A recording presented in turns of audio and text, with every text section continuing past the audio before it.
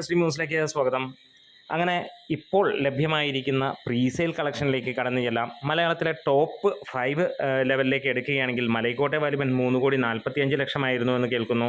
ആടുജീവിതം 3.5 കോടിക്ക് മുകളിലായിരുന്നു എന്ന് കേൾക്കുന്നു. കിങ് ഓഫ് കൊത്ത 3,71,00,000 രൂപയായിരുന്നു എന്നും ആണ് നമുക്ക് റിപ്പോർട്ടുകൾ സൂചിപ്പിക്കുന്നത്. റീസെൻ്റ് ആയിട്ടുള്ള കേരളത്തിലെ പ്രീസെയിലിൽ നമുക്ക് ടർബോ ആ ഒരു കാര്യത്തിലേക്ക് കയറിയിരിക്കുന്നു. മലൈക്കോട്ടെ വാലിബനെ തകർത്ത് ടർബോ 3ാം സ്ഥാനത്തേക്ക് കുതിച്ചിരിക്കുന്നു. 3,48,00,000 രൂപയായിരുന്നു.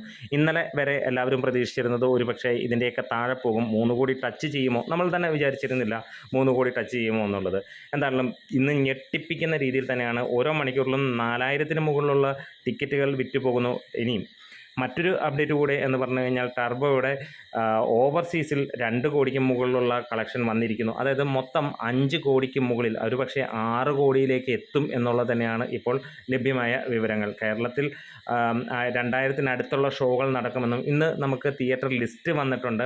ഏകദേശം 434ഓളം സ്ക്രീനുകളിലാണ് വന്നിരിക്കുന്നത് 250-ന് മുകളിലുള്ള തിയേറ്ററുകളിൽ. എന്താണെങ്കിലും ആദ്യമായിട്ട് ഒരു മമ്മൂട്ടി സിനിമയ്ക്ക് ഇത്രത്തോളം ഗംഭീരമായിട്ടുള്ള ഒരു ഇനീഷ്യൽ പുള്ള് കിട്ടുന്ന, അല്ലെങ്കിൽ തിയേറ്ററുകൾ കിട്ടുന്ന എന്ന് പറയാം. പലപ്പോഴും മികച്ച സിനിമകൾ വന്നിട്ടും തിയേറ്ററുകളില്ലാതെ പോകുന്ന ഒരു കാര്യം കാണുകയാണെങ്കിൽ ഇന്ന് മറ്റ് ഒരു കാര്യം, അഡ്വാൻസ് ബുക്കിങ്ങിലൂടെ 1.5 ലക്ഷത്തോളം ടിക്കറ്റുകൾ ഇതിനിടയിൽ വിറ്റ് പോയിരിക്കുന്നു. ഒരു പക്ഷേ 1,75,000-ന് മുകളിലേക്കുള്ള ടിക്കറ്റ് നാളെ രാവിലെ ആകുമ്പോഴത്തേക്ക് എത്തും എന്നുള്ളത് തന്നെയാണ് പ്രതീക്ഷിക്കുന്നത്. എന്തായാലും നമുക്ക് കാത്തിരിക്കാം. നമ്മുടെ വീഡിയോസ് ഇഷ്ടമായി സപ്പോർട്ട് ചെയ്യണം. Thank you bros.